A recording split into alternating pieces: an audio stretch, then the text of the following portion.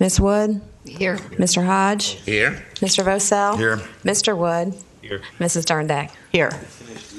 Okay, first order of business, Mr. Cantor's approval of here, the too. minutes. Do I hear a move to approve the minutes? I'll move it. I looked at it this morning. It looked okay to me. And a second? I'll second that. Approval. Okay, is there any discussion, corrections? I guess we can't really add anything unless it was No. incorrect. No? Nope. Do I need a formal vote on that? I If ask you were you this Navy, every you would have time. been here right on time. No? All in favor? Aye. Opposed? You were early. Okay, approval of the minutes. Public participation. Mr. Public? Over. No? Okay. That's Wow, this is going to be a that. short meeting. I Any more think so. New business, Eric, Treasure Coast Storage Lease, has that changed from? Yes, ma'am. Yes, ma'am. We received a communication from the applicant to withdraw their request to amend the lease at this time. So, although we had gotten something together, we're almost ready to go. There was some changes and some differences with the applicant and the appraiser, and so the whole item was withdrawn for this point. We may bring it back at a later date. Okay, that's Okay. off. Yeah, that was going to be combining two leases, I believe, into a longer-term lease. And so we'll see if that one comes back to us. Vero Airport Business Center lease assignment. Eric, you want to go over that with us? Sure. I apologize, I don't have anything in front of you at this point. I just received the paperwork this morning, all approved by the attorneys and ready to go on the lease assignment. So this is a very straightforward lease assignment, but I don't really have any backup for you other than I think I sent out to everybody the basic lease information that we're talking about here. And you saw the current rent and the lease term and the expiration date and all that. The whole process here is simply to request from the tenant, has a request to amend the lease to do an assignment. It's the Vero Airport Business Center, LLC. Vero Airport Business Center, LLC. And if you're not familiar, it's the location right there on Flight Safety Drive that was originally developed by Bridgeton Properties. Later became a partnership with Summit Construction and Bridgeton, and that's the current situation where there's that partnership. The partnership has determined that they would like to become a change to the partnership such that William Shue would be the main principal in the LLC. So we're really just not changing anything in the lease whatsoever. The terms all stay the same. All the expiration stays the same.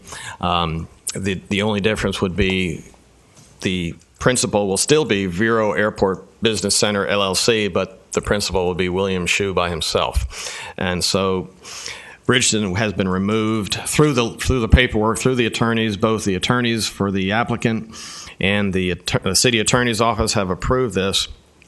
And with your consent, we'll move ahead to city council, but I just wanted to make sure you're aware of it.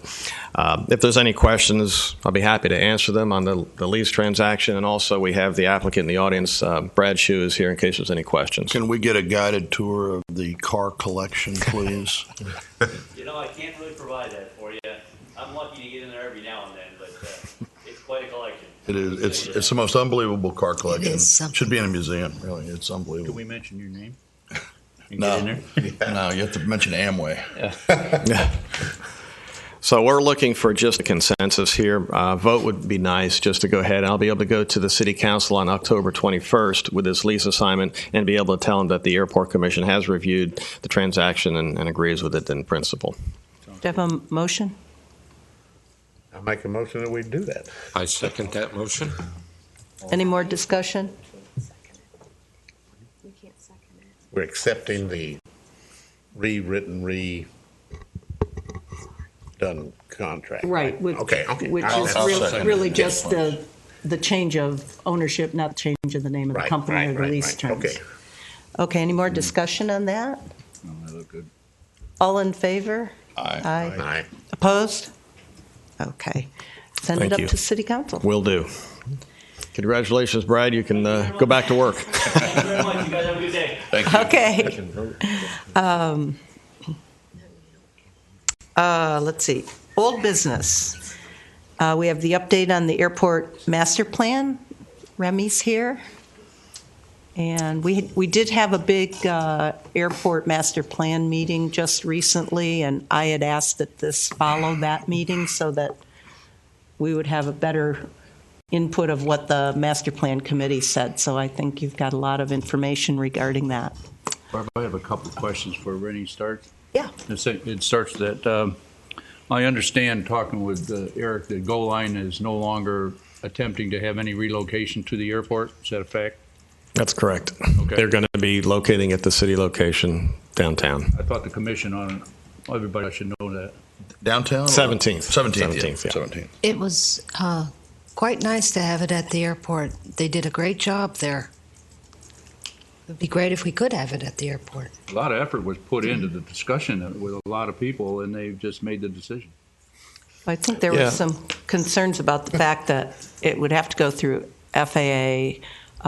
There was no rent reimbursement. The county was kind of promising us Aviation Boulevard again, which never happens. And Eric did send a lease up to them, which I don't know Correct. if you want to explain a little bit of it. It's a dead deal now.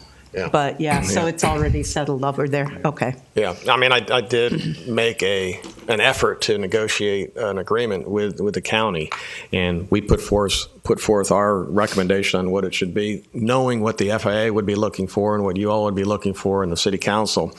And there was just some concern on how they would find the funding to pay the rent that we were asking for.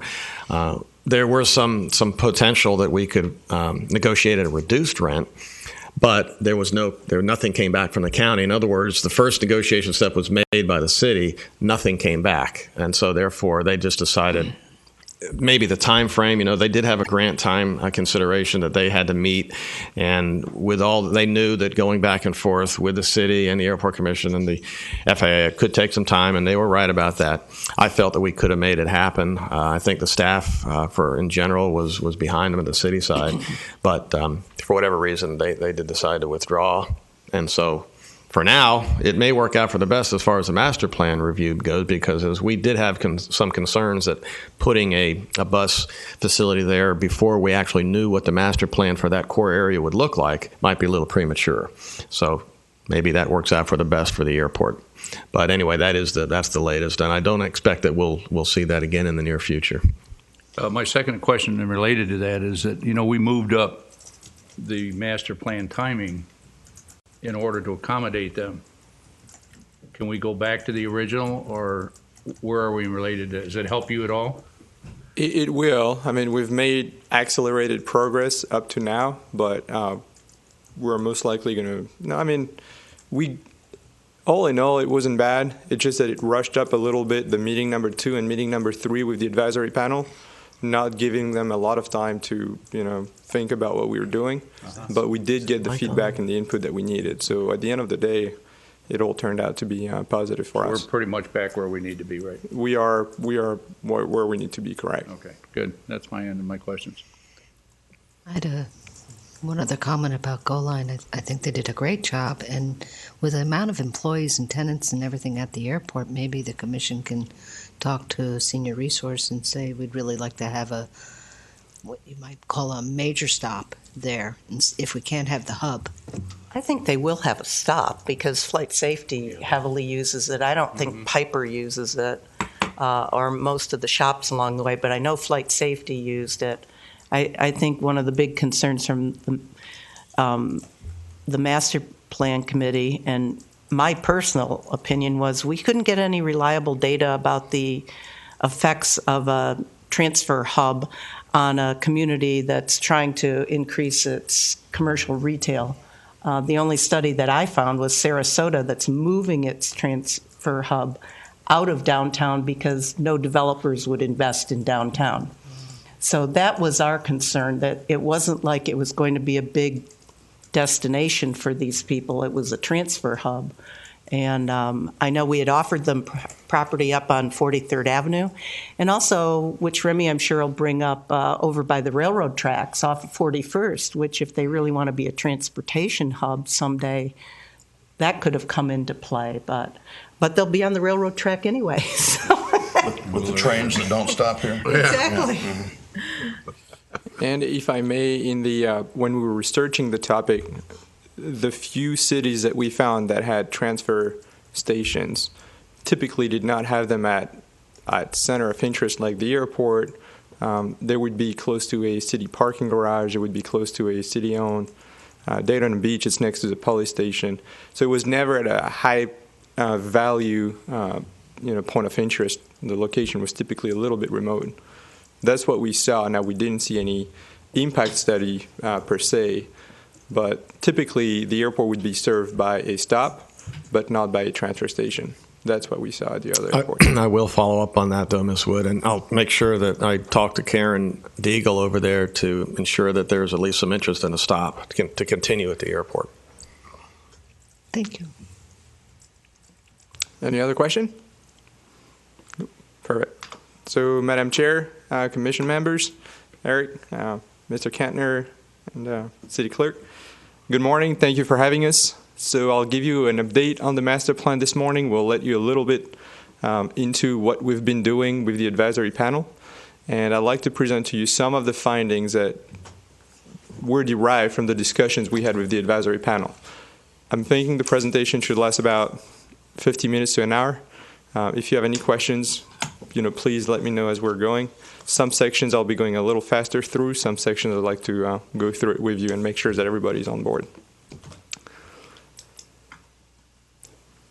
I'd like to give you an update on the aviation forecast today. I'd like to give you an update on the master plan itself. I'd like to talk a little bit about the facility requirements that we are working on, which is something the FAA requires as part of the master plan.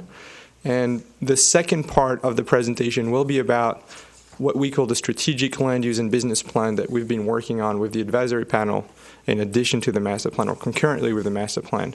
And the idea is to understand, if you want to develop the airport, what actions should be taken and what should be done with the 1,450 acres of land that you have at the airport. So we'll go over this. As I said, if you have any questions, please stop me. So first, a quick schedule update. Data collection, even though we did have a set period for the data collection, the reason we're only at 80% right now is because we're waiting for some of the sustainability goals to be better defined with the advisory panel in order to go back and collect data that we will use to define sustainability actions for the airport. Sustainability actions, which we call focus actions, are those steps the airport will take to make progress towards their goals. So the actions will be, say, within 3 years, add at least 3 businesses that are not currently existing at the Vero Beach Airport. So 3 new types of businesses. This is what actions will be. So now we're at that point. We're getting ready to send a survey to the tenants. Once we get the input from the tenants, we will be completing pretty much the data collection for the effort. Aviation forecast, I'll come back on that. They were approved by the FAA at the end of July, so that's a very good news. The FAA was pretty much on board with the analysis. Demand capacity analysis, we're still working on this, and the reason I have a note in there, we're also waiting to send the survey to the tenants. It is important for us to understand, yes, we know how many aircraft are based at the airport, but we don't know what utilization each of the tenants are doing of their facilities. Are they using them to store something that's not aviation related? Do they feel like they are short on parking spaces for automobiles? So we need to get that feedback from the tenants before we can finalize that task as well. That will be part of the same survey I just mentioned. Business opportunity and development concept. This has been a very thrilling exercise over the past 3 months, working with the advisory panel, with the airport staff, working with the Chamber of Commerce to understand a little bit how we could reshape the airport. I'll come back on this as well next. As you can see, today we should be a little further into the business opportunities, but again, we're waiting for those advisory panels to happen. They've happened, so now we can move forward full speed with those results. Aviation forecast, I just wanted to give you a quick update on this. Essentially, in 2013, you had 185,000 aircraft operations at the airport. And the forecast is looking at 257,000 operations by 2035. So it's a fairly healthy growth, and it is something the FAA concurred with us on, based on different factors. The local economic engine that is real estate, the flight training schools, Piper. So the FAA said this is realistic. Based aircraft, you would be going from 212 to up to 322 based aircraft. Peak month operation, this is something the FAA requires, but more importantly, you see that your peak month's average day operation is going from just short of 600 operations to 800 operations. So you're not doubling the activity, but you're having a healthy growth in terms of activity. Could I just make a comment there? Absolutely. We're right now looking this year at the end of September at about 180,000 operations. We got 3 months to go. So, and you can never forecast. Any forecast you come up with is going to be an educated guess, and that's what this is. But it looks like right now we should be around 200,000 operations for 2014. So, keep in mind as we have the discussion that, and I know it's approved by FAA, but every time we have a forecast and it's written down, that has an impact on future development at the airport, on how we are able to get grants and funding from both the FAA and the FDOT. So, yes, we're showing a growth, but it's certainly not a huge growth. Remember that the last master plan projected something like 400,000 operations, and certainly this is much more realistic. We just have to keep in mind that this does have an impact. This is something that the FAA will look at whenever we go for grant funding for future projects. How does the 2013 statistics relate to the 2007, 2008 statistics before the economy went in the tank? How does the 2013 look compared? Relative to that, where we were, because we took this monster downturn. Yeah, we went down to 143,000 operations at the low point. But what were we at 2007 and 2008 as far as these? The operations. We were above that. No, we were below. This is the highest we've seen so far. We're on the way up. We're continuing up from, I don't remember the peak. I mean, the lower point, but it was somewhere like 2006, I believe, was 143,000. Oh. And then we've been continuing slowly but surely increasing. And then we actually had a big increase in from 12 to 13. Was it 20-some%, I think? Right. So 2013, which we used as a base, was fairly high. It was a big increase. All I'm saying is we're continuing to see now a slower increase, but it looks like it's still going to be over 200,000 if things continue.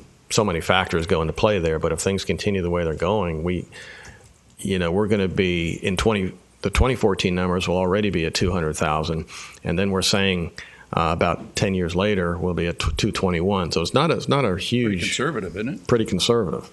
It's a little conservative, but it was also reflecting the fact that GA overall throughout the country is not overly aggressive. Yes, the jet segment is aggressive, helicopters is aggressive, piston aircraft are not looking up too much. Now, what Eric was saying is very true. This is a best guess at that point based on factors that we identified and that we listed.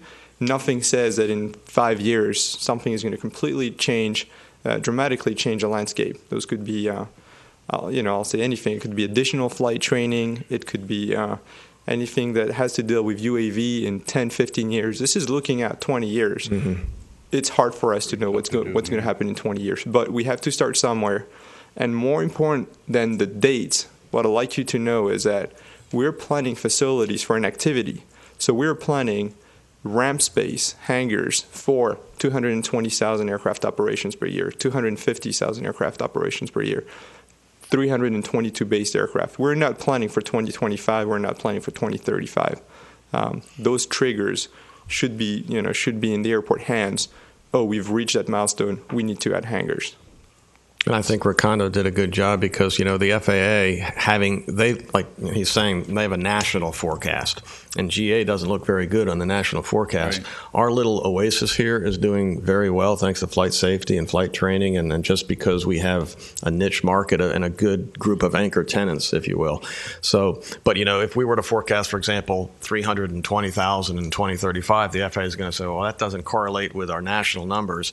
So I think, Remy did a good job balancing the two to come up with a pretty reasonable forecast. What was our high point was like in 92 or something? Yeah, 90, it was like 90, 90, I think. 260,000 or? Correct. Yeah, so So we're going back to our peak. Yeah, that's a long time ago, so it's taken this long to kind of recover from all that. Correct, yeah. Yeah, and this is really a national trend. It happened to everybody. So realistically, and it's funny because Miami International Airport has nothing to do with Vero Beach, but I work a lot there. You've been blessed with the growth that you've had at the airport. A lot of GA airports are not recovering as fast, for sure. So you have a very healthy growth here. So as Eric said, this is what we'll use from that point forward to start planning facilities that will be able to reflect accommodating that traffic. Now, aviation facility requirements, those I will just give you an overview of it. We will certainly send them to Eric as soon as they're ready. As I said, we are waiting on the tenants' input before we can finalize those to understand what facility utilization they're doing of their facilities. But we will be looking at the airfield.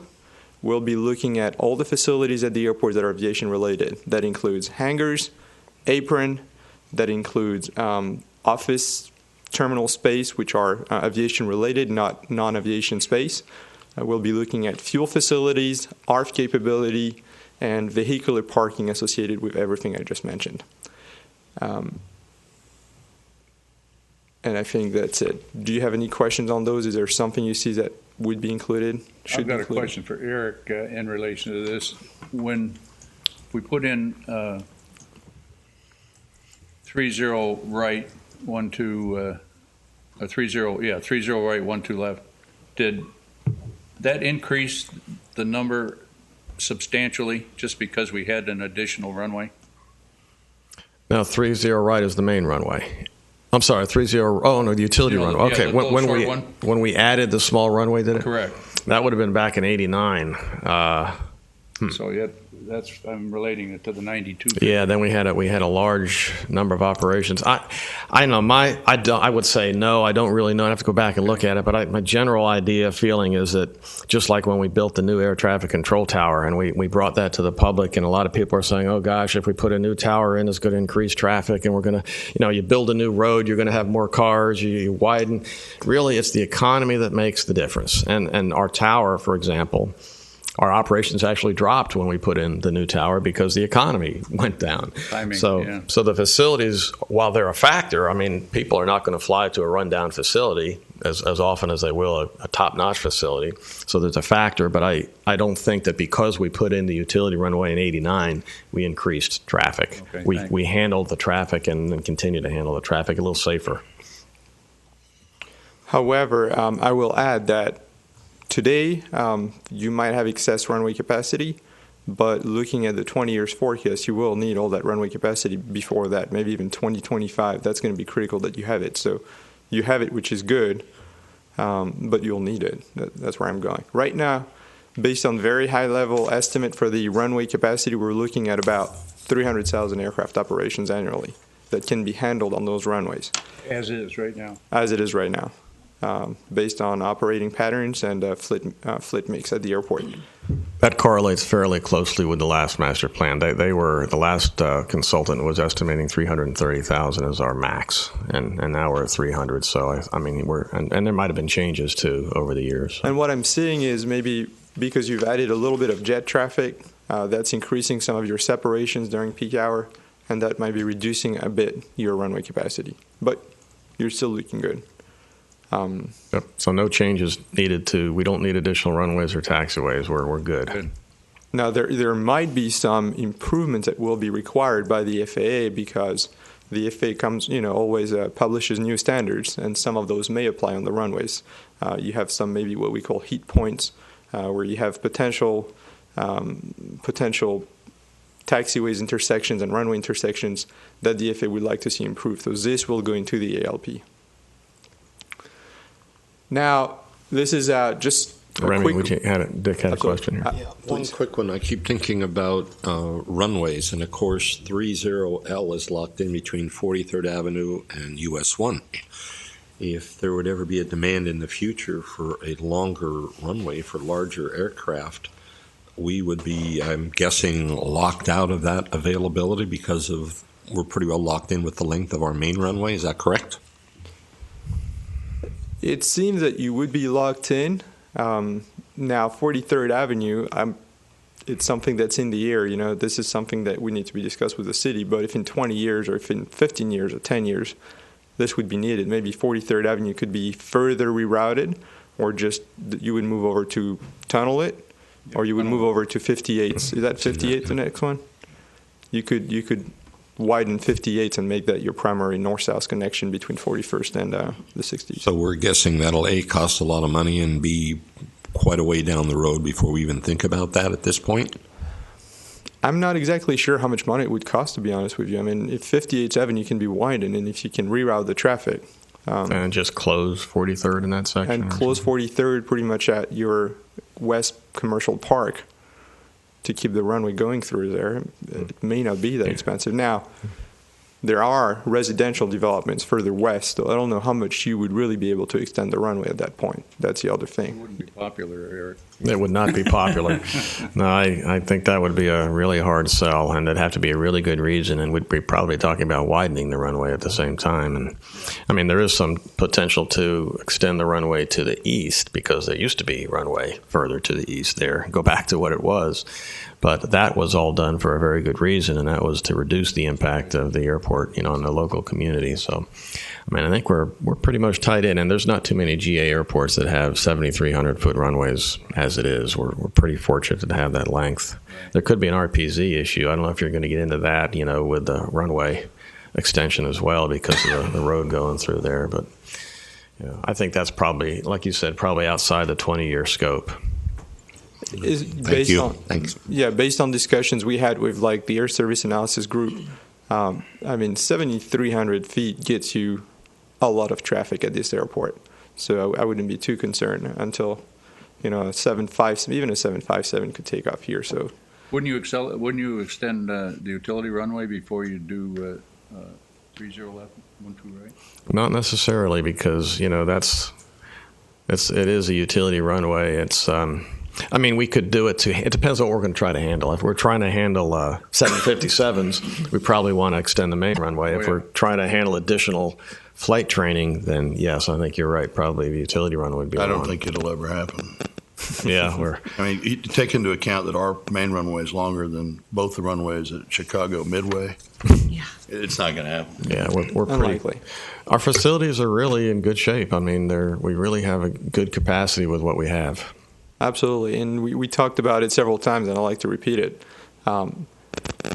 Your airport is actually doing very well in terms of diversification of tenants, number of tenants, kind of the airport itself as a destination and an attraction for the pilots.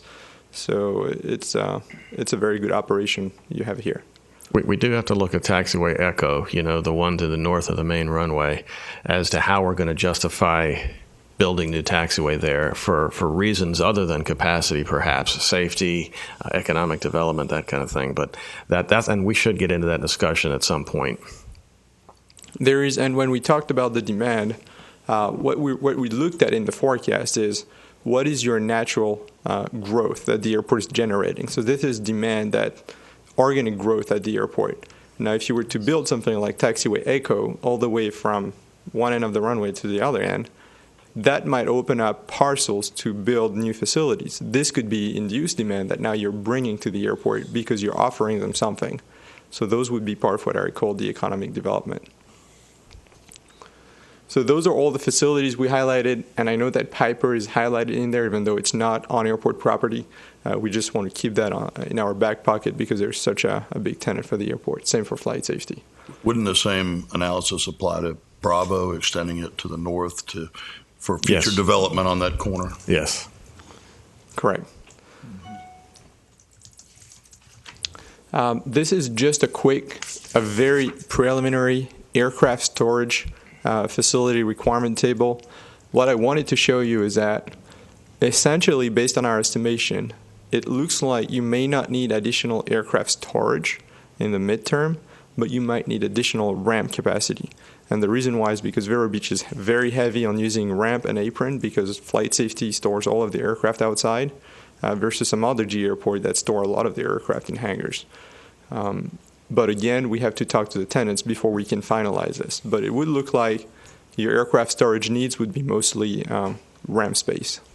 And you remember when we had the Airport Master Plan Committee meet on the 23rd, Barbara, you remember, and I think Dick was there too. We had a member of the audience who was actually a developer who was considering building additional hangars at the airport. And when he saw this slide, he said, wow, you're going to have a reduced demand for hangars? And so he was thinking, well, maybe I don't want to invest in the airport. So you got to keep in mind that also, and I'm very much interested here to see what the tenant survey comes back and says. But it could be that we've got the city T hangars, 49 of those, and we've got the private FBOs that have hangar space. A couple of those are already talking about building new hangars. So we may not, if this is the case, I'm not sure what that does to the idea of building new hangars, at the airport. We'll have to see what the tenants think. Well, see if they agree with this. And there are two things. Yeah, there is building new hangars, and there are some hangars that will need to be replaced too, which might be part of the equation as well. There's a major issue the FAA is dealing with right now also about what you're going to be able to put in your hangars. Right now it's very, very rigid. Right. AOPA is and they're about to change that at least a little bit to allow you to put other things than just the aircraft. Correct. That could make a higher demand for hangars. So, but again, I have that big red statement in there because this is very preliminary. We want to talk to the tenants before we can put any, very concrete numbers in there. So moving forward, the next thing we'd like to present to you is the land use cores. Working with the panel, we defined essentially cores at the airport that could serve different types of uses, essentially different purpose. What we did is that for each of those cores, we highlighted some of their primary attributes. Those include enabling projects, what it is that we need to do to make that core developable. What are some of the limitations that we would need to work on? What are some of the potential uses? And what would be the level of prioritization to develop that core? Some of them are at a different building stage than others and are more attractive for somebody who would like to build facilities than others. So, but before we get into this, I wanted to show you two charts. Those are charts that are issued from the county positioning study, the one they just commissioned and that they're working on with their consultants. The first slide shows the core regions industries. And you see that aviation is right there. So for the Indian River County, this chart was based on a discussion which I think they interviewed about 150 to 200 business leaders in the county. And they're asking, what do you think the core industries are in the region? And you see that construction was big, but aviation came second. You have Piper that's right there, hospitality, small manufacturing, real estate, and then the next two that are not really accommodated at the airport are medical and healthcare. But I wanted to show that aviation is a big part of the region industry. Yeah. Now looking at the second slide, which is, I think, even more interesting, where do you think the biggest opportunities for growth in the region? And you see that we have distribution, agriculture, industrial, ecotourism, healthcare and medical. All those are, we thought, sectors that we should be looking at with the advisory panel as potential uses for those parcels that exist at the airport. So I don't know if... Yeah, what can we take from that? It sounds like the positioning study says aviation is a big factor in the county, but not a big growth area. Because I don't see aviation in there. But I think that from my perspective, aviation for us could mean our airport, and we can grab some of these industries for our rental properties. Non-aviation things. Yeah. I mean, I could see it taking that away from it Absolutely. as well. Absolutely. And I did think that we didn't have aviation, but we had light manufacturing, which is also what we included for Piper and some other tenants at the airport. Interesting. The size of the font means the more interest from the 150 people or so that were. Correct. And it's understandable that, aviation may not be a huge opportunity for the growth opportunity because you're not a commercial airport. So everybody knows that general aviation is general aviation. You have bigger sectors that have potential growth in the county, with Vero Beach being a non-commercial airport. Well, and the distribution one's interesting in the middle there, because we had talked about that at the meeting up in the northeast corner of the property with the railroad track and everything. Absolutely. So it just seems like taking a lot of this information that can help drive where the land use business plan goes. That's how we see this chart. And I'll give you an example with that distribution. In Miami, land is expensive, and now there is a company that you probably know, FEC, Florida East Coast Railroads. They've opened container storage centers for distribution close to the airport, and it's directly tied to the port, and they essentially transfer containers from the port to their remote parcel on rail, store them next to the rail and next to the airport, and depending on how fast and how expansive is a shipment, they can decide to ship by rail to the final destination, by truck, or by plane in Miami. But essentially what I'm saying is that the railroad/road interconnectivity is very important for distribution centers. Absolutely. I'm fairly new at this, but if I'm not mistaken, we don't have any cargo shipping in or out of this airport. Is that correct? That's right.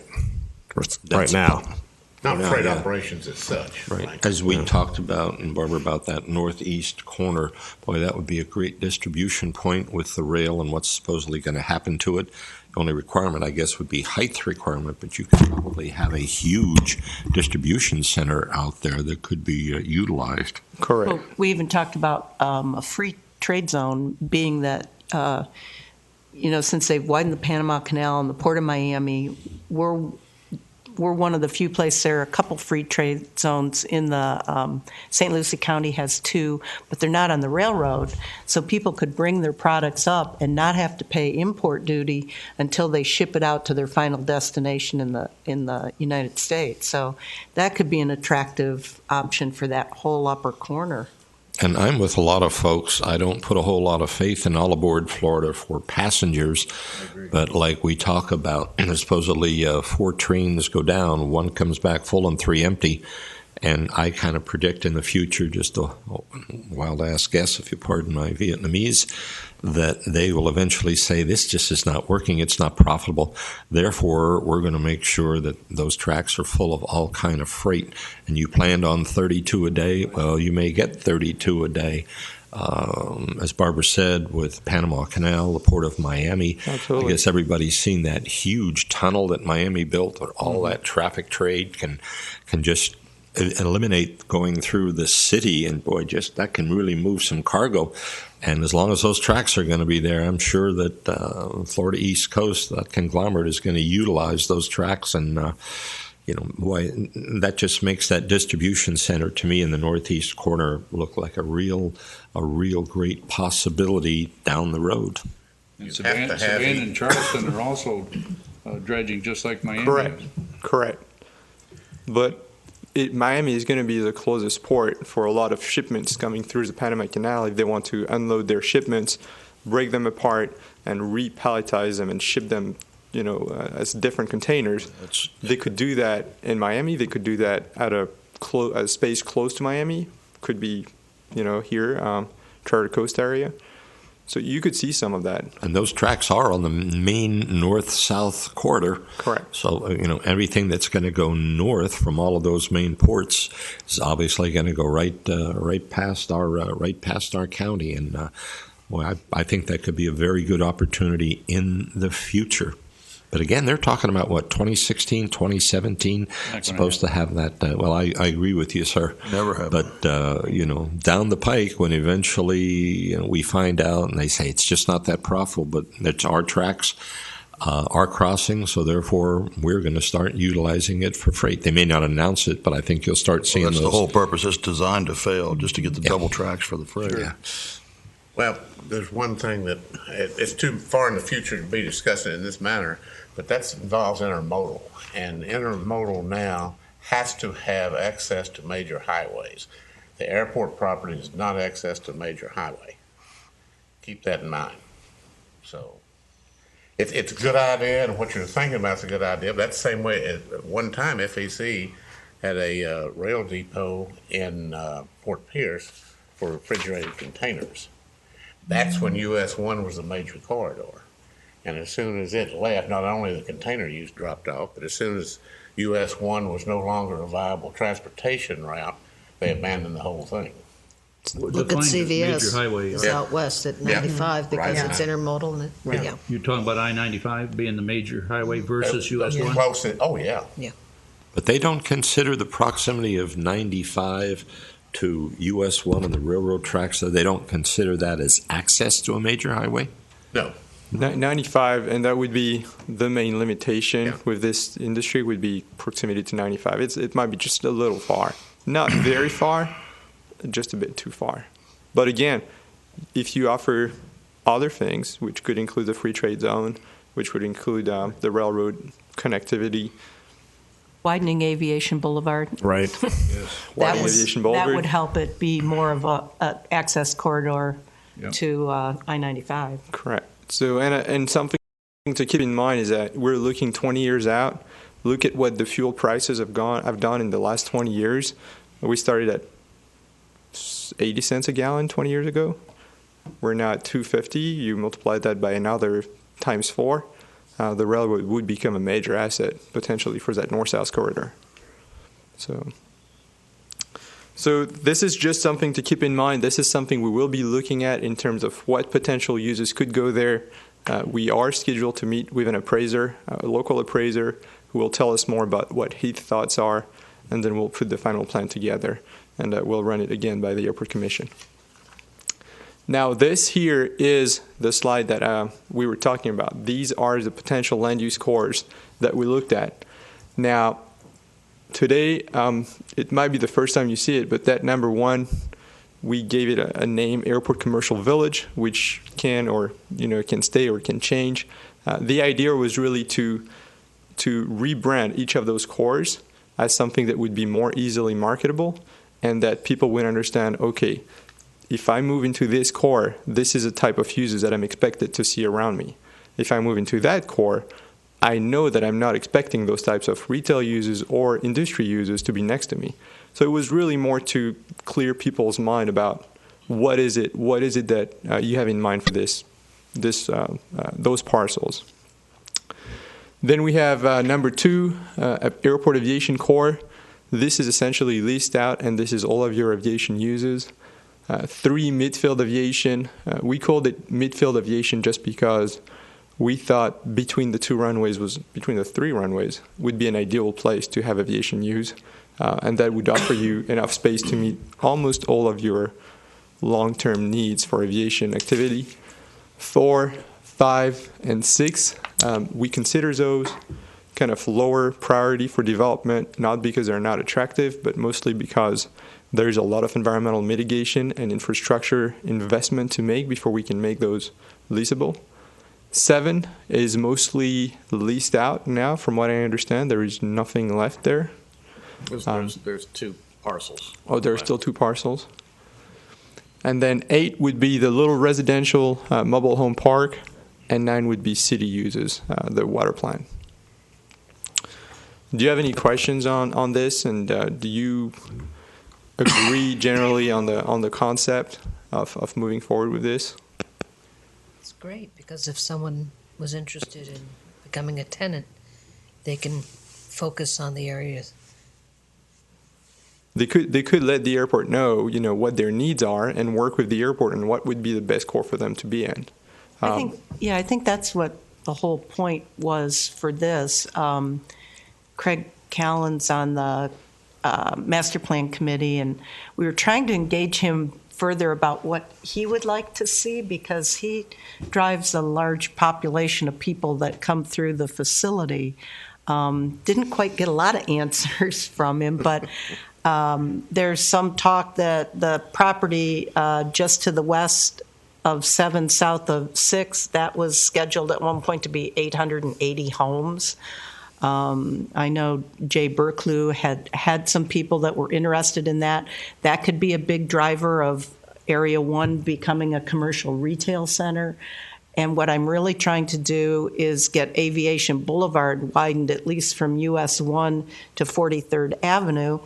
And if we develop this plan, we can show that that would be integral and as part of us being able to execute our plan. Not that they're going to buy into it and give us any more money, but at least we'd show them that developing that roadway would be a major part of our development plan to make this the little aviation commercial or airport commercial village. And then reserve the other stuff up on the north for industrial, because there's a lot of industrial stuff up there already. But again, this is looking out. No, we're not going to have a hotel tomorrow, maybe not even in 5 years. But if we don't establish a core zone that could support that, and restaurants and retail, we'll never get it. And we'll have a factory in the middle of Section 1, and that would effectively kill any hope for any expansion of anything, including the sports village, which apparently is doing very well.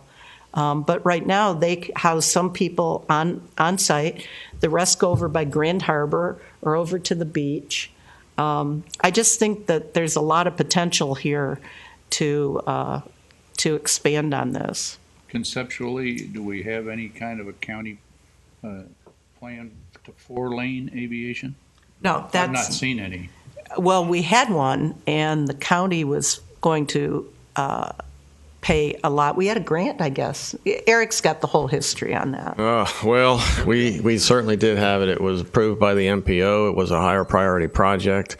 And for one reason or another, it slid down in the priority level from the county's perspective to the point where it's totally off the priority list right now to be done in any time in the near future. So we almost have to start from scratch to get that back on the list and get some funding in place. There was a funding issue at some point. I mean, there was some years there where there's a lot of funding restrictions, so that was one of the factors.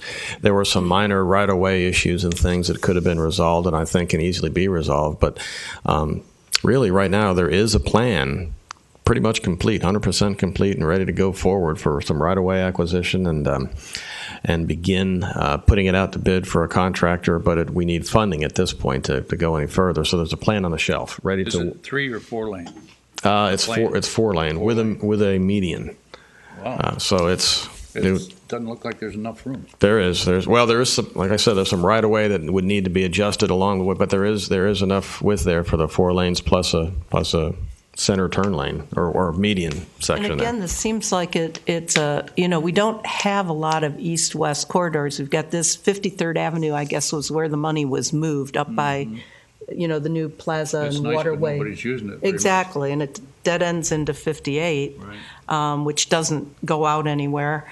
Or you've got the twin pairs and all the pressure it puts on downtown to have 7 lanes of traffic. Whereas coming off like the Barber Bridge, you do have to take the hospital road at this point. I guess they had some plans to go through the wetlands there, but that was a nightmare. Yeah, he's going to show a slide a little later Yeah. on that. And it would be an alternate route, especially for coming off the beach, to come along and drop back into State Road 60, after downtown, which then could be calmed and more parking downtown and help develop that core. So I see it as a thing that's a really citywide asset to be able to expand that roadway. And then that gives us the opportunity to develop our little commercial village. Absolutely. Yep. And I think that what Eric mentioned is key as it was discussed during the advisory panel. If you want to make that aviation, if you can make that Aviation Boulevard Avenue attractive with with like maybe a little bit of better landscaping, people will use this. If you put the proper signage on US 1 saying to the mall 295 through Aviation Boulevard, people will use it. As long as they don't run into stop signs, traffic lights every other block, they will see that as something more efficient to get to their destination. So it's a matter of how you kind of, inform the people and at first force them to use it, and they'll adopt it. If it's a viable option, they will completely adopt it. And if you do have a 4-lane road there, I could see how it could bypass some of the downtown area. Yeah, and that the plan was to have bike lanes and pedestrian, paths, make it pedestrian and bike friendly. Some additional landscaping in there, not overly done because that has to be maintained, of course. But all that was in play, and that is still on the shelf. It's there is a plan ready to go. We just need to get some cooperation between the city and the county and get that on the MPO list again, and then put it as a priority project and go forward and conquer and get some funding. It's doable, and the economy's starting to come back now, so we don't have a lot of time. It sometimes takes 13, 14 years to get a project from conception to being built. So that should be a high priority, in my opinion. Philosophically, how does Phil feel about it? How does who? Phil Mattson, huh?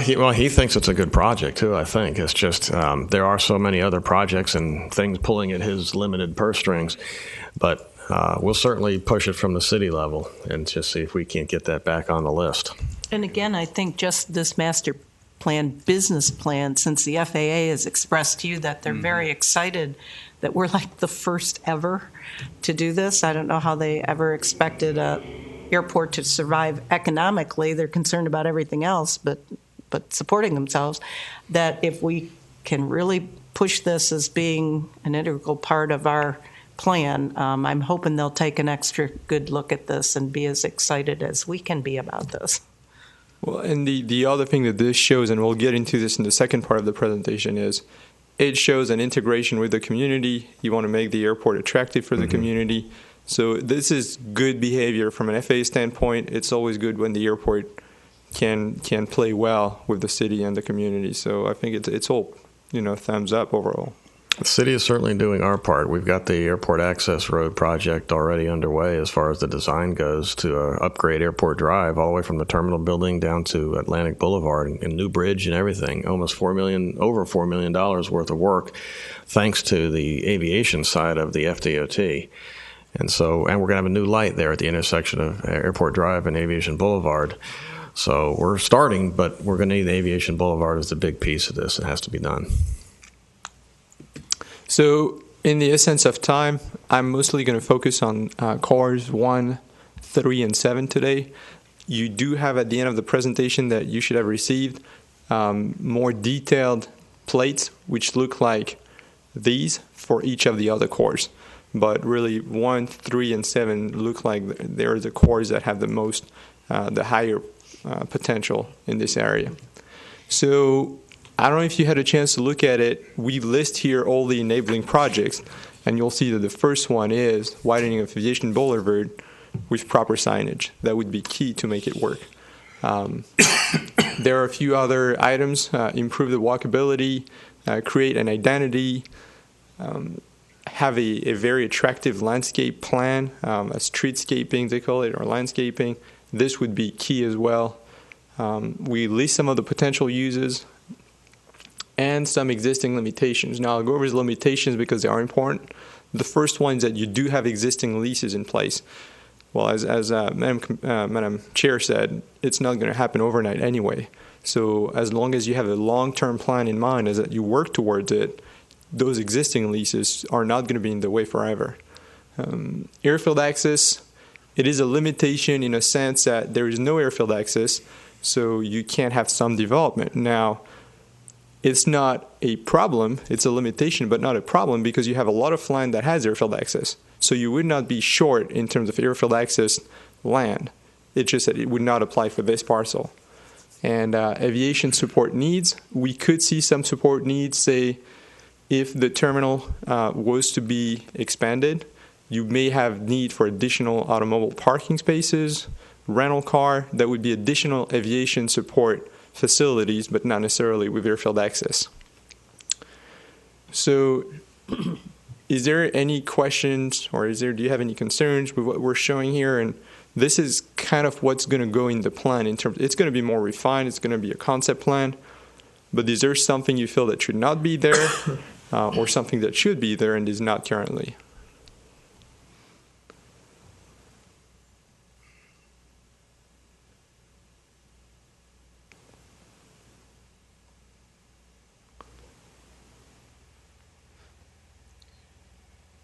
And I'll bring up that there has been a lot of discussions about having a Piper Museum at the airport. A lot of people feel that this would be appropriate and in the best interest of the community and the airport. So with this in mind, what we're going to do next is we're going to meet with the appraiser, try to prioritize some of those potential uses, and put a plan layout showing this area with buildings, the wide aviation boulevard, to kind of give you an idea of what it could look like. And then during the implementation part of the master plan, we'll look at what would need to be done when to achieve that development. Rennie, right now, how far are we from putting natural gas in along the street? Well, this is part of the data collection piece that you saw, the 20% we have left. We've collected some utility drawings. Now we need to talk to them to understand what are some of the limitations of extended natural gas. From what we understand, it's right now it's on the 60s and 41st Ave. That's where it stops. Okay.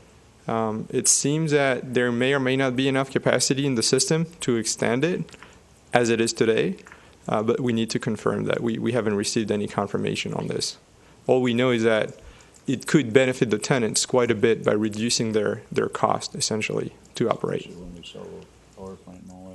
So that would be part of the actions that we'll talk about in a few minutes to help strengthen the existing businesses. If we can help you reduce your cost, that gives you an incentive to stay at the airport and to expand. But we did hear natural gas a few times from existing tenants and from potential developers who said that would help us a lot. So now, from having all of those written here, what we're also going to do is we're going to outline some actions for the airport that are consistent to essentially check all those little boxes, all the enabling projects, and then look at some of the, how can you work with the potential limitations that exist.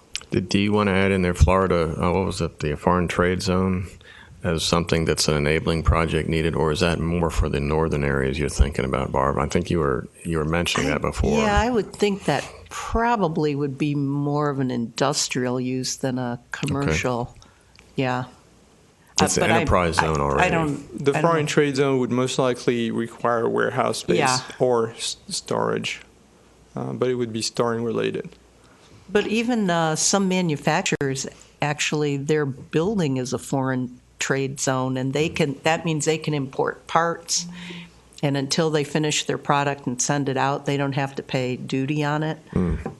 So if they have loss, in the use of the product or something, they're not paying ahead of time. So that can be an attractive thing for companies. Absolutely. So this is where it stands, and hopefully next time we come to see you, we'll have those plans. We might send them ahead of time, actually, to kind of get your feedback. But you have the idea of what's going to show up. It's going to be a wide aviation boulevard, some services development, and maybe some aviation support facilities, most likely next to his air traffic control tower on the north side of the quads.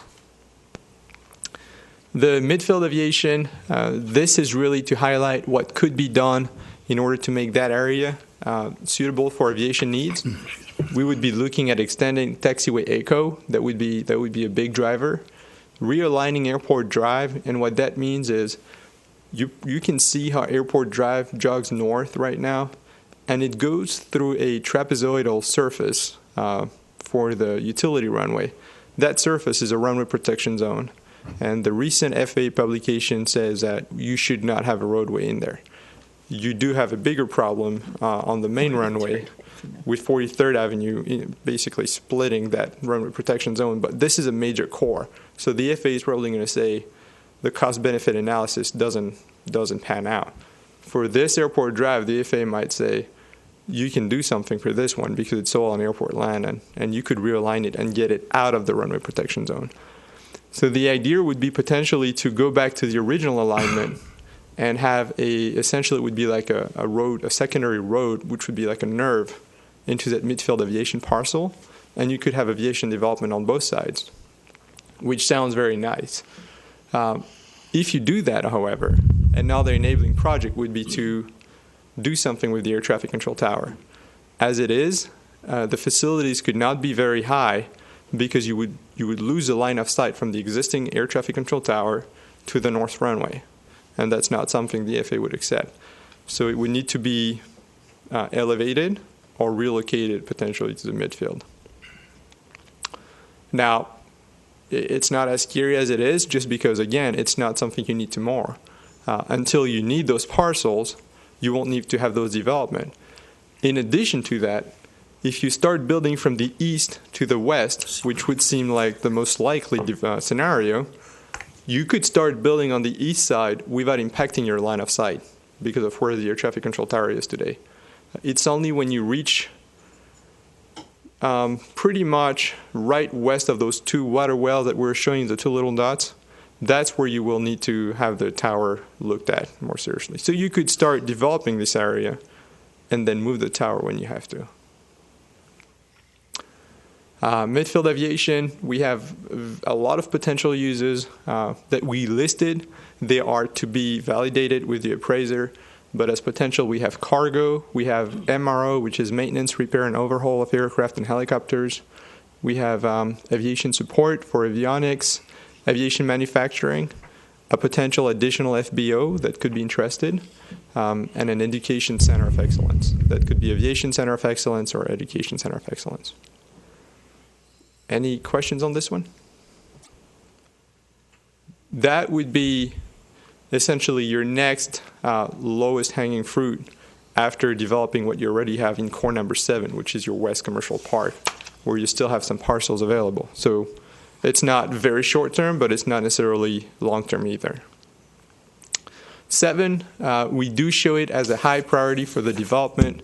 Now everything is leased out, but not everything is built. So when we look at the facility requirements, we will include those available parcels as parcels that can yield some aircraft storage facilities, some FBOs, even though they're not built yet, and they're not under airport control necessarily, but they will provide aviation-related facilities. So the reason we keep this as a priority parcel is that if somebody wanted to, come store an aircraft, that might be the most accessible parcel and options at this time. And that covers the 3 parcels that I wanted to bring up today to you. So next, we would be talking about the vision plan. The reason we brought in the vision plan is reading the vision plan, we realized that there's a lot of synergies and it's going in the same directions between advisory panel and what was done in the vision plan back in 2005.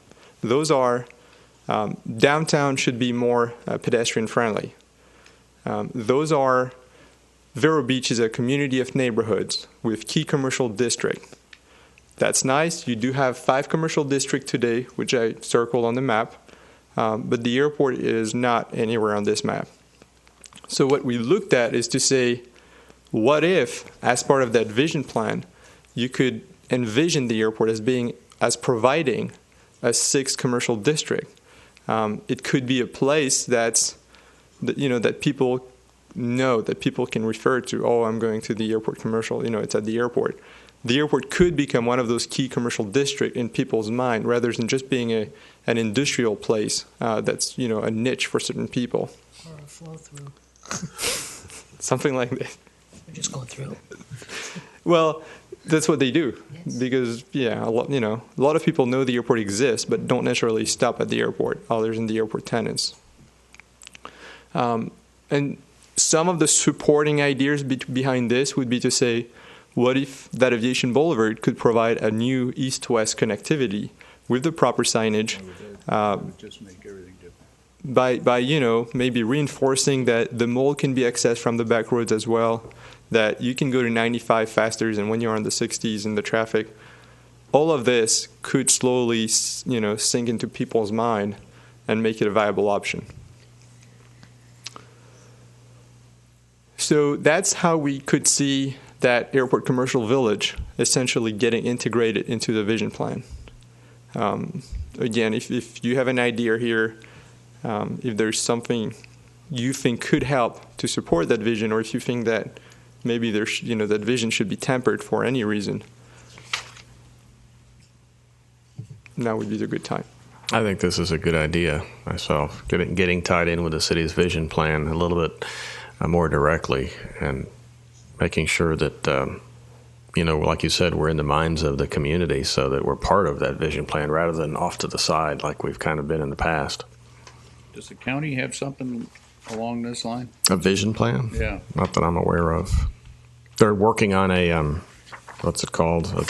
Positioning? Positioning plan right now, which I think is a good idea. It's a good idea, and that's in process, and we're going to take the data from that also. Remy's going to be talking with them and bringing that data in. It's for the whole county. How do we position ourselves as a county to market what we do best to bring in business or support the existing businesses? And I think that's what Eric was just mentioning. It has been raised that people want the airport to be part of the community. They don't want the community and the airport. They want the community with the airport embedded in it. So that could really make the airport part of this surrounding environment, as providing some services to the community. Mm-hmm. I think they had, like I said, I think they had a plan at one point. They did to go around the golf course and through the wetlands. Yeah, but the wetlands was the bugaboo. You could have it elevated right over top of the wetland. I know. There was mention of this, and then the dollars question came up. It would be very expensive to. The idea would, what if you could have a roadway over the canal, which is something they've done in Miami. Mm-hmm. Elevated. Is there a lot of opposition to this? No, not opposition necessarily. Well, people may not be happy to have it in the backyard, but the cost is extremely high to build like those columns Elevated. in the canal. Oh, okay. It's just a matter of money. It's just a matter of money. And I'm sure there's going to be people that don't really want big concrete stanchions right in their backyard as the road goes up. I think you got some issues there. That's just one of the many there. But we've got to come up with something. Otherwise, the only other way, somebody mentioned before, is with signage and with lighting and have the traffic signal lighting. So you would encourage people. Oh, Remy mentioned it, to have people from the beach go up around 37th and back down, and that would be a primary corridor that people get used to, which might require some upgrades to 37th Street too. It's a pretty hairy road right now with the type of people driving. I know. You have to definitely widen it. Have an ambulance right in the middle, an ambulance path right in the middle or something. Right to the hospital. But Tough one. It's always the same idea. Traffic flows are not necessarily what you intuitively expect. When we look at concessions at commercial airports, it's not a matter of how much you need to walk to go to your gate. It's how confusing it is to get to your gate. If it's longer, but if there is only one path that takes you around all the concession as a little snake through the concessions, but you can get lost, people don't mind it because they'll just keep walking until they reach our gate. Might be a little bit of inconvenience in terms of walking distance, but they like it. Now, if you have something very short, but you have to make a choice between 4 directions 3 times in a row, then people get anxious. Mm-hmm. But with the proper signage saying you just follow the green arrow, the green signs, it's not necessarily something that will make people anxious. Also, I want to really highlight that we're not looking at integrating as part of that key commercial district any land that could be used for aviation purposes. The idea is that the airport still needs to preserve the land that they could potentially need to serve aviation. So this is really as a separate bucket. But that land, because you have Aviation Boulevard in the middle, could be used for other purposes. All right, now. Last time we met, we discussed some of the short-term goals for the airport. Those goals have been refined, and we're now looking at 8 short-term goals. So those are 8 goals that address several priorities for the airport. Those priorities include being a community partner, reinforcing its businesses and attracting new businesses. It includes taking care of the environment and how can we be aware of the environment, considering all those environmental features you have at the airport. And last, but that was important on the people's list, is being a safe airport to operate. Safe and in compliance with all the FAA requirements, making sure that the airport stays on top of that. Those are short-term goals. It doesn't mean that the airport is not doing it already. And being safe, being in compliance with the FAA, looking at the environment, all those issues, all those goals are already being addressed by the airports. So the idea is not necessarily to say, what can we do to do this, but what can we do to improve what we're doing in those areas? I hope this is clear. So everybody got a chance to read them? So what I'd like to do now is, now that we have those short-term goals, what we did is we met with the advisory panel, we met with the airport staff, and we said, okay, what is it that we need to look for? What are the little fields under each of those goals that we need to look at in order to identify actions for the airport? We know you're already doing this. So where is it that we need to look to identify something you could be doing that could help? So those could be, hey, maybe if we were to do this, that could help. Well, let us look into that. So that's what the last 20% of data collection is for. We're looking at those little areas of things the airport could be doing to achieve those goals.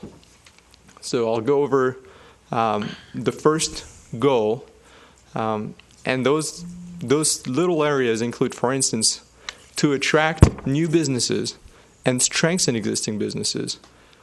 What if we had a marketing metric? How do you evaluate the success you have with a marketing campaign, with a marketing job, with participating to a community event? Well, maybe this includes looking at your website. Do you get more website views after you've been to a city event or a county event, to NBAA?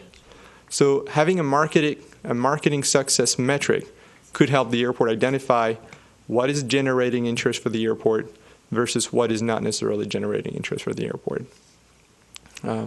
Recurring survey of the tenants. Maybe now that the airport has a new website, every year there is a quick survey put on the website.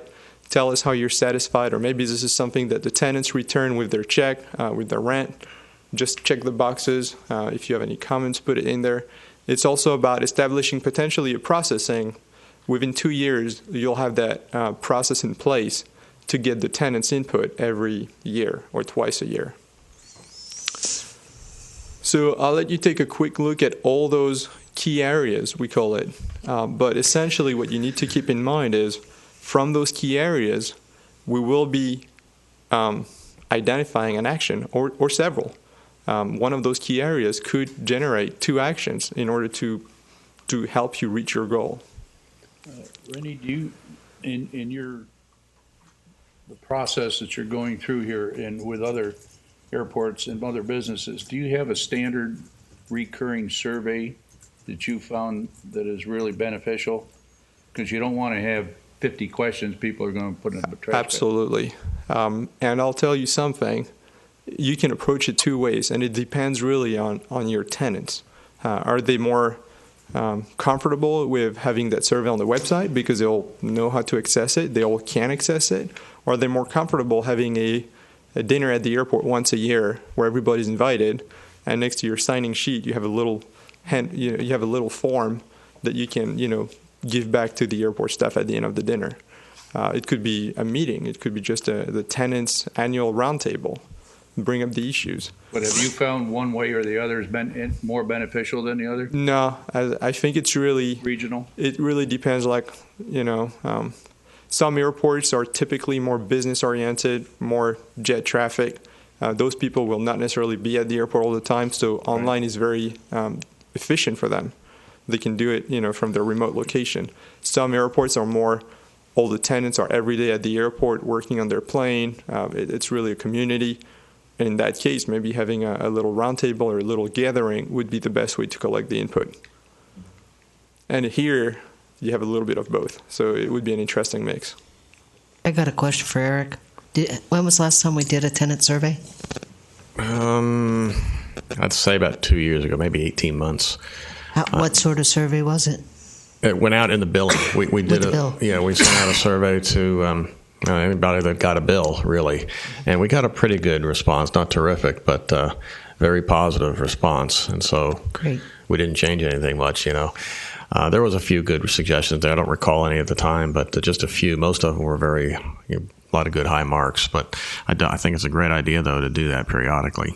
Were you able to get any creative ideas out of any of the tenants that could be? A couple of them. I mean, with the I think with the mailbox thing there was when where the mailbox was on Airport Drive to try to improve that, and we did. We actually did some asphalt work to improve that. There's some other things too. I don't recall them, but and we'll keep that. We always, it doesn't take a survey to listen to your tenants too. I think as Remy said, when they come in and bring their check or whatever, there's a good time to shake their hands and make sure everything's fine. It's probably maybe not the best time, but it is a time to do it. Yeah, they're in a good Offer mood. them a cup of coffee. Yeah. So we talk to them all the time, and certainly out on the airfield, Todd is out there all the time talking to the FBOs and getting feedback, and so. But I think a regular survey is certainly a good idea.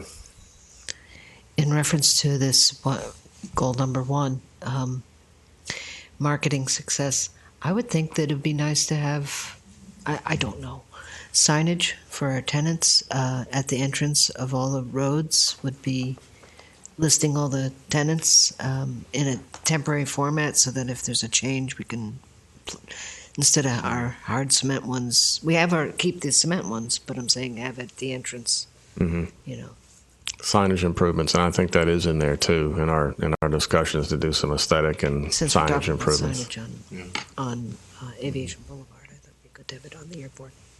We'll definitely add this under signage. We'll put this as a good idea. The only thing, obviously, you have to be very careful is how you show and display it, just because tenants will rotate.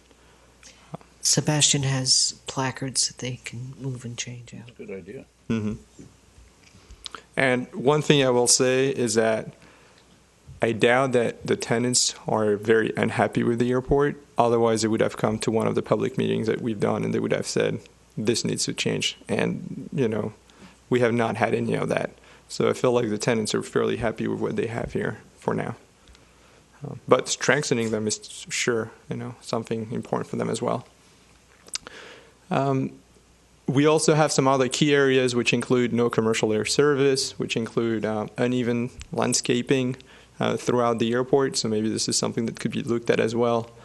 And essentially, all of those, as I said, are going to turn into an action. So for instance, uneven landscaping, streetscaping master plan. Well, within 2 years, form a partnership with a landscaping company, and that would be one.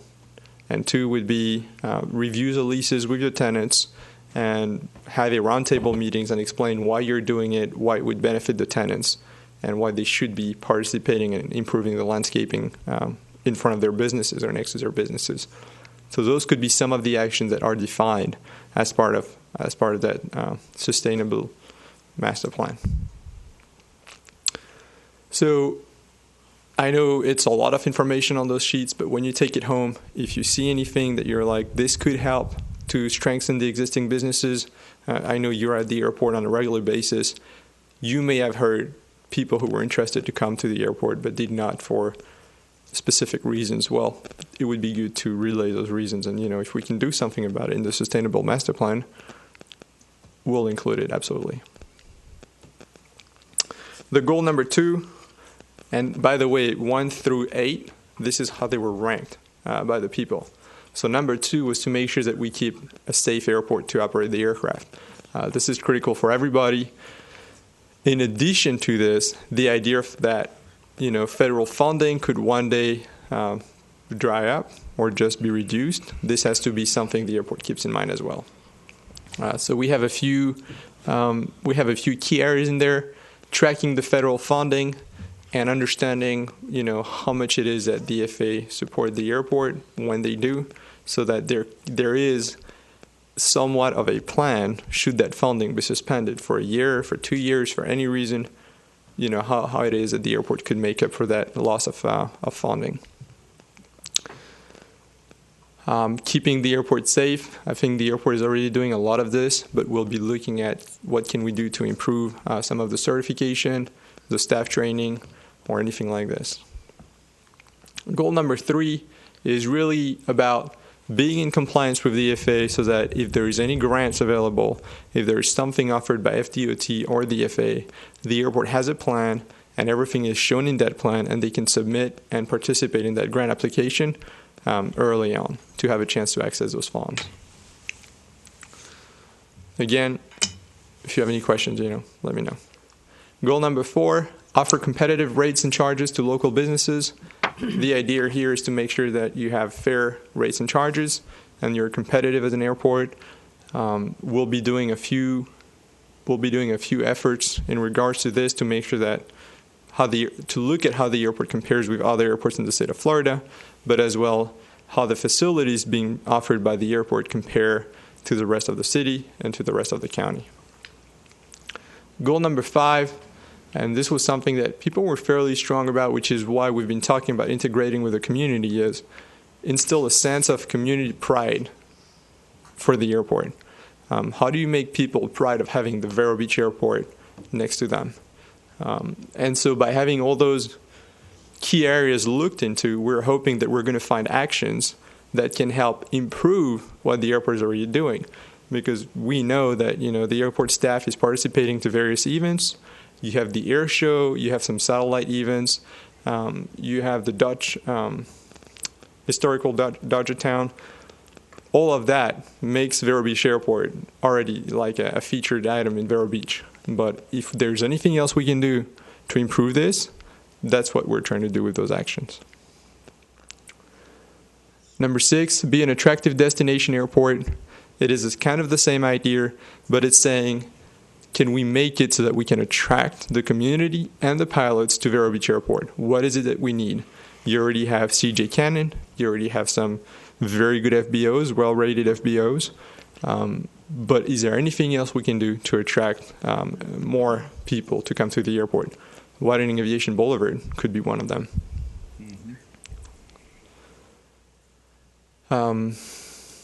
We also have the community participation in the air show, outreach activities. But again, I think Eric is already doing a lot of outreach activities with the community, so I'm not sure what else could be done, but we'll certainly look into it. 7 would be, how can we reduce energy in a cost-effective manner? I think this is key. You don't want to be reducing energy just to reduce energy. So we're looking at anything that can help reduce energy. So to do that, we're going to be collecting energy bills, looking at how we can help reduce that bill. I think the LED lighting was one of them. We'll be looking at additional LED projects. We're also looking at any type of renewable energy. Can that be implemented in Vero Beach? In what form? And goal number 8 would be to look at what infrastructure improvements could be done to help attract new tenants or to help the existing tenants at the airport. And that includes natural gas, that includes widening Aviation Boulevard, and that includes bringing utilities to parcels that are not currently being served. So I don't know if you noticed, but in all our actions, there are some that come back. That includes natural gas, that include widening Aviation Boulevard, that includes signage. So we hope that by putting these in the master plan and showing that this one goal can help you, really enhance the airport in great ways and different ways. And if we can show that this one action is going to help you check all those boxes, that makes that action a priority action. That makes it something that could potentially yield very high benefit for the airport, and maybe a lot of focus should be on this one. So that's what we're trying to show through all those focus actions. And after that, I think it's almost the end of the presentation. So I thank you for listening to all this. I know it's a lot of information, but it's also critical because this is essentially going to be driving where the airport focuses to improve it. And if you feel the airport is not focusing on the right items, let us know. And Thanks. Yeah, and again, I've felt that Eric and his staff does an excellent job with maintaining the airfield side. We don't have worries about that. We've got fencing, the runways have been redone, the lighting is taken care of, the mowing and everything, and yet the sustainability side of this with our 1,700 acres and so much property to lease, 1/4 of the property of the city of Vero Beach, and you saw on that map of the separate areas, there's not much left. And I just really think that this can be a really, really cool project if we get it right, that it'll help sustain the airport and protect us from ever having to require funds from downtown. And I think it's a right thing to do now. I mean, it's great. You have some anchor tenants that have been around forever. You know, God forbid, anything could happen to training, anything could happen to aircraft manufacturing, could be more regulations that makes it even more burdensome to build aircraft. The idea is to try to make sure the airport is diversified enough that they can sustain the running of the airport through more difficult times. So I think it's all part of the plan. Does anybody have any questions or comments? And again, if you think of anything that you'd like to see included in any of this, make sure you get it to Remy or Eric so that they can incorporate it into what's going to, because the process really is the master plan committee, then it comes to the airport. So, you know, we're the final body before it goes to City Hall for approval. So your input is extremely important, and there's probably things that the master plan committee hasn't thought of. If you guys think of it, make sure you let everybody know so that it can all be discussed all up the ladder so we get this right. And Thank I'll you add for your hard job. work. It's very. It's very good. I'll add one thing. We come here on a regular basis. Whenever I come, I try to drive around the airport, see what's changing. You are here all the time. You see the choke points at the airport. You see the places where people gather at the airport, that maybe there should be more of those places because they're attractive for the tenants. We can't catch that because obviously we're not here, for weeks at a time. So if you see any of those highlight features at the airport, that's what we'd like to know from you. What's the timetable, Eric, on the widening of Aviation Boulevard and the stoplight? Oh, Airport Drive. We probably will start construction in April. In April. Right, and it'll probably be by the end of the calendar year should be done. It shouldn't take too long once it gets started.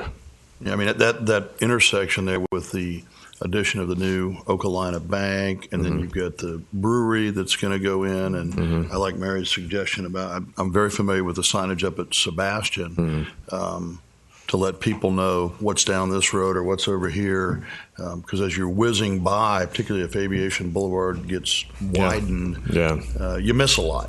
Yeah. You really do. Well, and I know we even talked about making it walkable. We've got the relief canal, which actually could be incorporated into a water feature in the parts that aren't the mobile home park, which is still up in the air at this point. Nothing's really being done about it at this point. But so there's hurricane. Yeah. So there's a lot of opportunities for aesthetics and walkability and encouraging people to come here and encourage the businesses to come here. So I'm excited about it. Yeah, and I appreciate all of you putting time into this and giving us feedback. Is certainly needed because, a lot of us at the airport have been there for quite a while. And, as you've been a staff member for a while, you keep kind of doing the routine things. It's good to shake it up a little bit and get some ideas, and we do appreciate that. I think we hit on some of the major points. So Aviation Boulevard, we've been hitting on that quite a few times. We're looking at what can we do to tie the city in with the vision plan. I think that's key also to make sure that we're thinking about the airport and how we're a part of the whole community. So that's really good. So we're moving ahead, and once we see the Remy and his team are going to be looking at the diagrams and the conceptual drawings of visualization of what it can look like. Once we see those, I think we'll really begin to get some ideas of what we're talking about for the next 20 years. I'm looking forward to those, and I guess that's what early part of next year. Of course, we have the next committee meeting in January of the Airport Master Plan Committee, so somewhere in that. We should review those development plans at the next committee meeting. So maybe before that, I mean, for sure, not maybe, for sure, sometime in November, early November to Thanksgiving, we'll be sending you some draft. So you can circulate them to the airport commission members and Sure. everybody at that time. Sure. And you all are always welcome to come up to the office too, have a cup of coffee again, and let's talk about some things if you'd rather do it that way. So, but it's working great, and I appreciate your all time. Remy's done a nice job. Did you put this together, Remy? No, it's the first time I see that. That's This is I'm going to quite talk about nice. it here in a second. Yeah. Okay. Well, thank you very much. Thank you. Remy. Good job. Thank you. Okay. Chairman's matters, I don't really have anything. Airport director's matters. I'll just quickly Be go like over. a flyby update. I will do a quick update. We'll make it quick. Just the first thing is the budget was approved. We're in the new year now, new fiscal year, and we're moving ahead with that. That was approved in September by the City Council, so nothing really new there. The airport projects that we're working on, the Acalina Bank, the site plan was approved, and the building permit has been issued, and that construction should be done around the same time Airport Drive should start working. So the bank should be done by April of 2015, and then we'll see the road construction start around it. So they're going to be happy campers when they have the new bank and construction's going on, but that's the way things happen, and we're trying to get that moving as quickly as we can. The Walking Tree Brewery, they're working on some final financing before they begin the renovations, but things are looking pretty good there. The SBA approval was received, so now they just need to move ahead with that.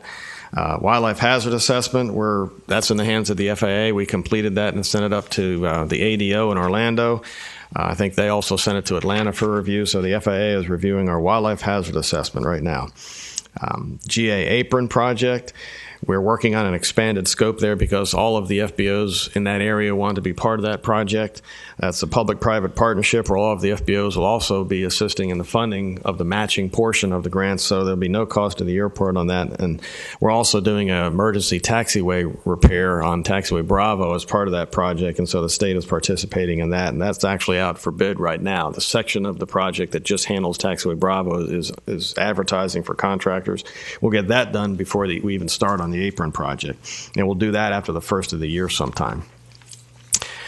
On the corporate air over on the apron project, did they come in and discuss with you? Was that all taken care of? Yes. Or? Yes. Okay. And everybody's in agreement that they will participate. They were actually Okay. pleasantly surprised that their cost wouldn't be that much when it came down Well, to that's it. what I thought. Yeah. Yeah. So, okay. So, Glad that got taken care of. Sure. That's the only thing that hasn't been taken care of is the written agreement yet. It's all verbally approved still, but we're working on it. The attorneys are working on that right now.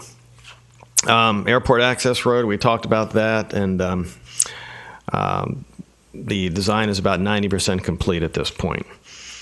And I wrote down that June is the start of construction, so I think I might have misspoke earlier. I mentioned April. It looks like the engineers are telling me more like June of 2015 to start construction on the road. And then Taxiway C, we had some preliminary work done on that. We have the engineers meet on site. We're going to be submitting a grant application for that project to renovate our main taxiway, and we'll submit the request for funding in January because that's the FAA's time frame. Then let's see.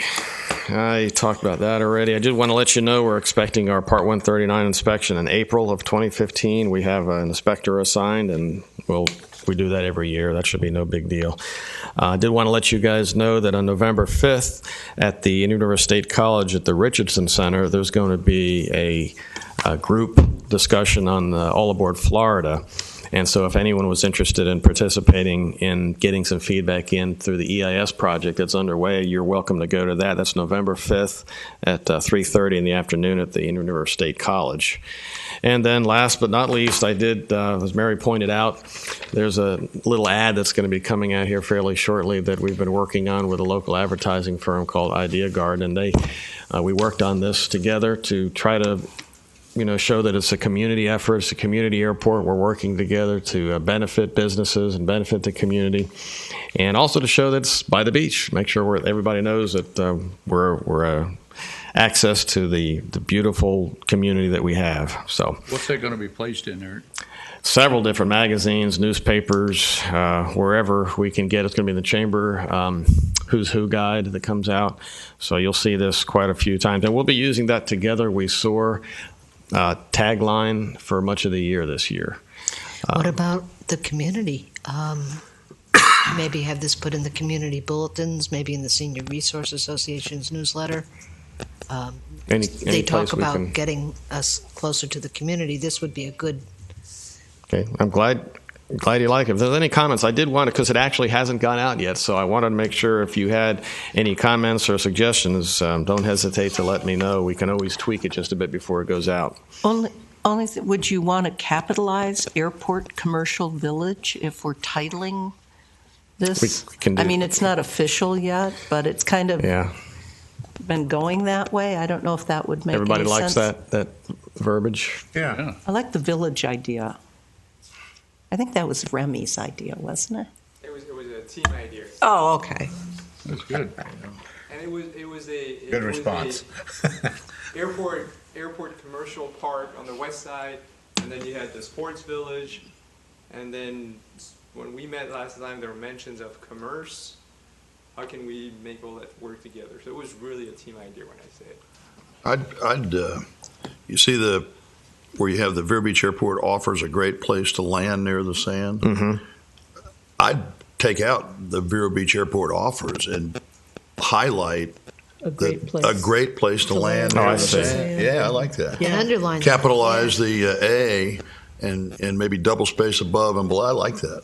All right, Yeah, so that sounds after like your a nice little- yeah, so that's after your great. business, the Vero Beach Airport, a great place to land. Is that what you're saying? Land near the sand? No, I'd take out the Vero Beach Airport offers. I'd take that all out.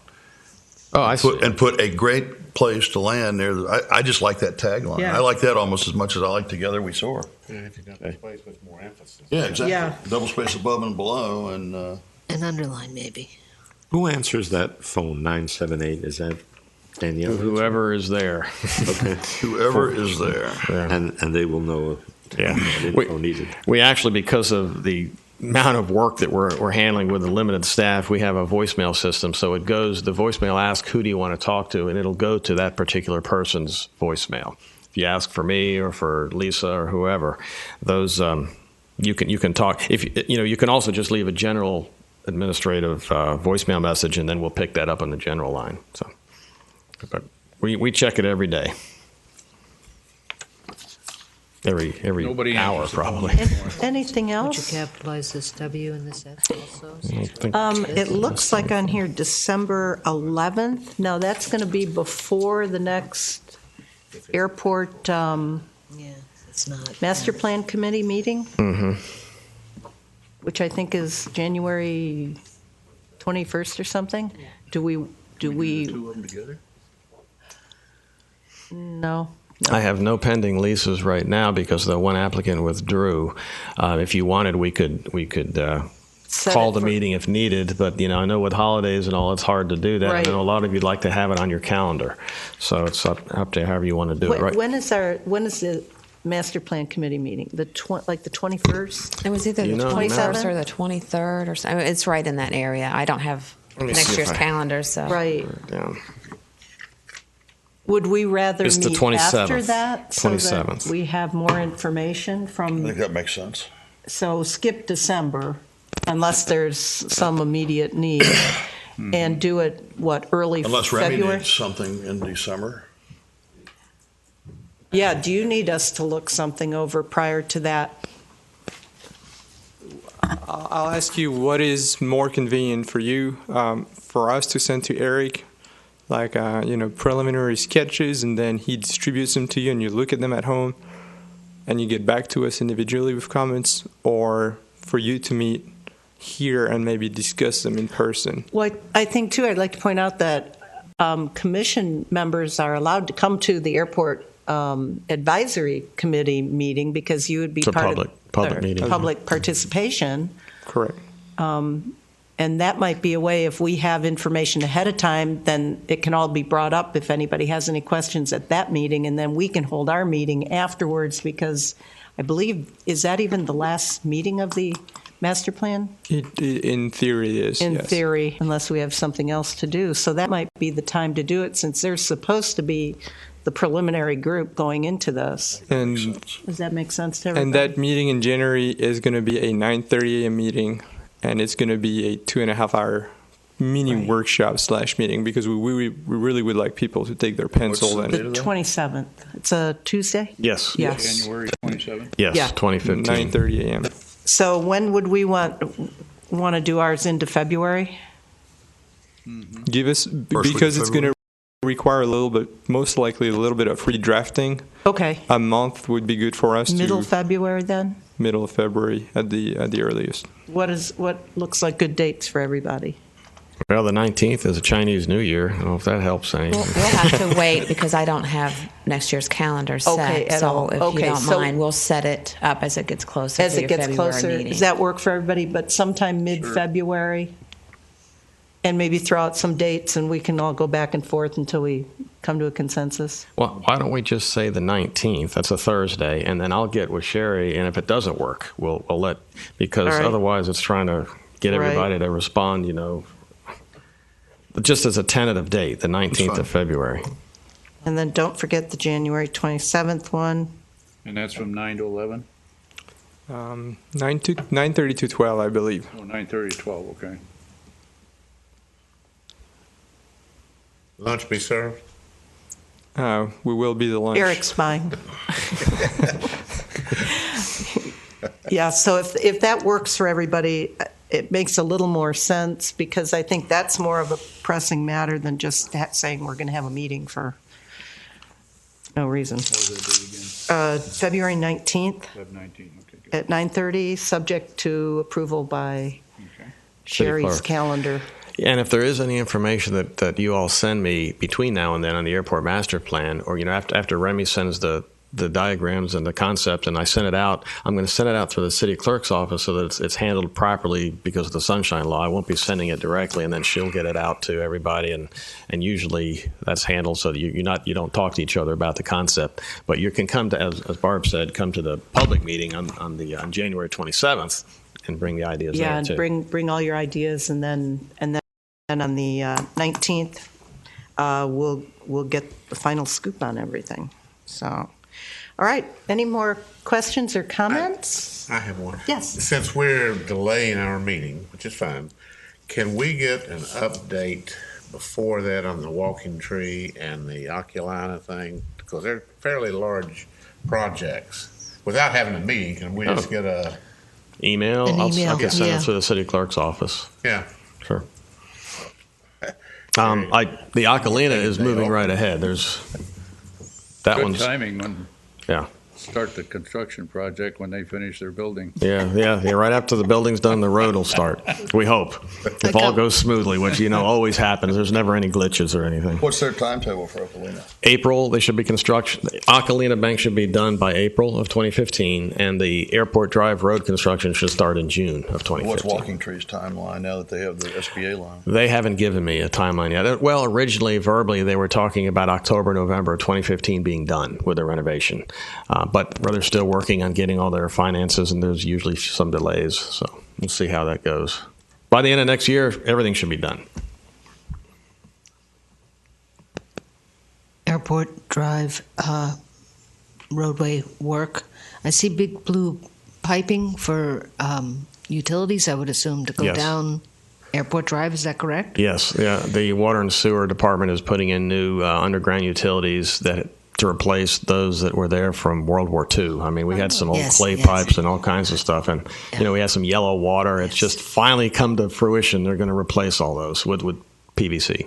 While they're doing that, if we're thinking natural gas in the village area and in the adjacent aviation areas, would it behoove us to put a line or a piping not for the natural gas, but maybe for the actual natural gas line to go through, have the pipe already in place so they could put a natural gas line Well, through. sounds like At a the great same idea. time, since we're digging, get a 2-for-1. I'll certainly bring it up to the director of the Water and Sewer Department and see if there's any possibilities there. If he could work with Florida Gas. Yeah. Makes sense. Okay. A sleeve. Mm-hmm. Yeah.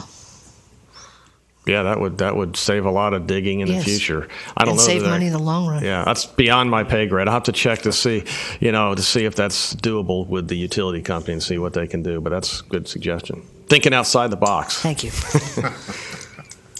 All right, any other questions or comments? Thank you, Remy. Thank you, Eric. Yeah, Thank good you, job. Commission. Meeting's adjourned. Thank you.